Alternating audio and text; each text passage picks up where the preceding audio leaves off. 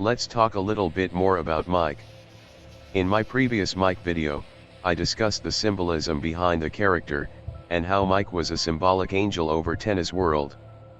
However, I never got to a literal explanation of what Mike was. I came to the conclusion that Mike was likely a name Tenna gave the angel, the player, but that explanation isn't entirely satisfying. For this one reason, Mike is a he, and the player is gender ambiguous. I'll give you the setup now, and explain everything in detail later. I believe that there is a series of 5 Darknas, 5 characters, which serve as narrative parallels to the members of the Dremer family. Spamton and Tenna have long been theorized to be a divorced couple, or at least an image of one. Spamton, much like Ascari, was exiled from his home, forced to live in poverty, questioning his faith more and more while in this wretched state. Tenna, much like Toriel, was left at home with the kid, trying to keep them safe and happy, but desperately knowing the family would never be whole again. Tenna seems to be disgusted by Spamton, refusing to acknowledge him by name, setting him up as an antagonist in his monster story, pretending he doesn't recognize Spamton in the secret deal maker sequence. Much like how Toriel is disgusted by Ascari for unknown reasons. Let's take this connection one step forward in regards to Spamton's wedding ring, the thorn ring. You can physically see the thorn ring in chapter 4 if you take the weird route, and it's not a ring, it's a thorn. A simple garden thorn. Where have we seen thorns before? Floey. And Floey used to be in the Dremer household. So, here's a theory, what if Spamton and Tenna got their wedding rings from Floey? After all, a child can be seen as a symbol of a mother and father's love, a symbol of their union. The fruit of marriage. Much like Asriel was the quite literal fruit of Ascari and Toriel's marriage, perhaps Floey is a symbol of Tenna and Spamton's former love. I am half expecting Floey to serve as a dark mirror of the player in chapter 5, being Ascari's tempter, and eventually, controller. The thorn ring itself is tied to the idea of control, so is this how we take control of Noel in the weird route? Allying with Floey and letting him put Noel in a trance. Ascari got half of the dark world in the divorce, essentially creating a great cataclysm in the Dremer house dark world. Floey went with Ascari, which also means Mike and whatever our Chris parallel will be went with him. As such, there could be an appearance of another thorn ring in the normal route, one Floey uses to take control over Ascari, but we'll have to wait and see on that one. Breaking Floey's control over Ascari should be one of our big tests to earn Chris's trust, showing that a good-natured player is not here for control, but to save the world. So, great, of the 5 Dremer family members, we now have 3 parallels. Tenna and Toriel, Spamton and Ascari, and Floey and Asriel. 5 members. Yes. After all, the family's guardian angel is not only a member of the family, but the head of it. With all the angel symbolism associated with Mike, and then fact that both Spamton and Tenna maintain positive opinions on him, I think it's clear Mike could be the parallel to the player. But what happened to Mike? Well, what happened to us? We tried to link to the world, we tried to take up the role as the story's hero, but something else caught us first. Whether Chris discarded the vessel, or someone else did, someone discarded our intended body and forced us into Chris. I maintain the idea that the vessel would maintain a positive relationship with the player, so long as the player made good choices.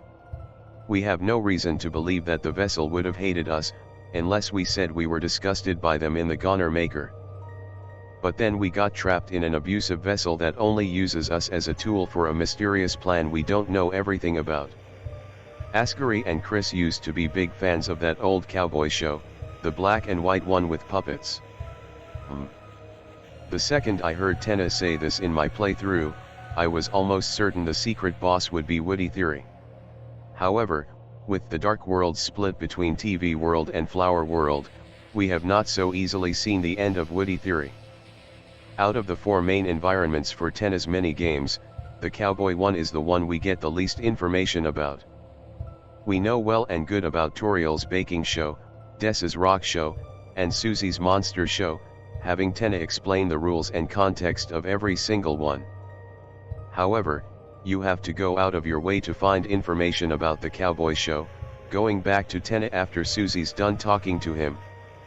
Now, if Chris loved this show, how do you think Chris saw this Woody-coated cowboy puppet? Do you think Chris found the character relatable? Do you think Chris wanted to be a hero, much like that old character? If Chris used to be a chess rival against Gaster, it's possible Chris had a whole series of adventures before we came along. Maybe adventures with Des and Asriel instead of Ralsei and Susie. Chris was on top of the world, Chris was high. Then all of a sudden comes some mysterious entity with a human soul, and all of a sudden, some strange things were happening to Chris. Let's think about the dynamic between Buzz and Woody in the original Toy Story movie. Woody was the favorite, a hero all the other toys looked up to. Andy's favorite plaything.